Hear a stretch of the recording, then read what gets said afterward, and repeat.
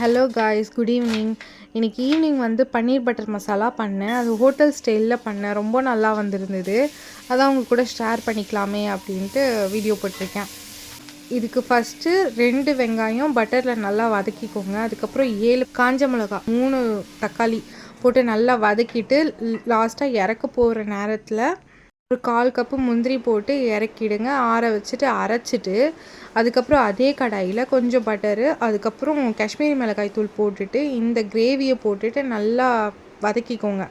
அதுக்கப்புறம் கொஞ்சமாக பாலில் சர்க்கரை போட்டு மிக்ஸ் பண்ணிவிட்டு இது இந்த கிரேவியில் ஊற்றிட்டு அதுக்கப்புறம் ஃப்ரெஷ் க்ரீம் ஒரு 2 ஸ்பூன் போல் ஊற்றிட்டு அதுக்கப்புறம் கஸ்தூரி மேத்தி நல்லா நசுக்கிட்டு போட்டுக்கோங்க.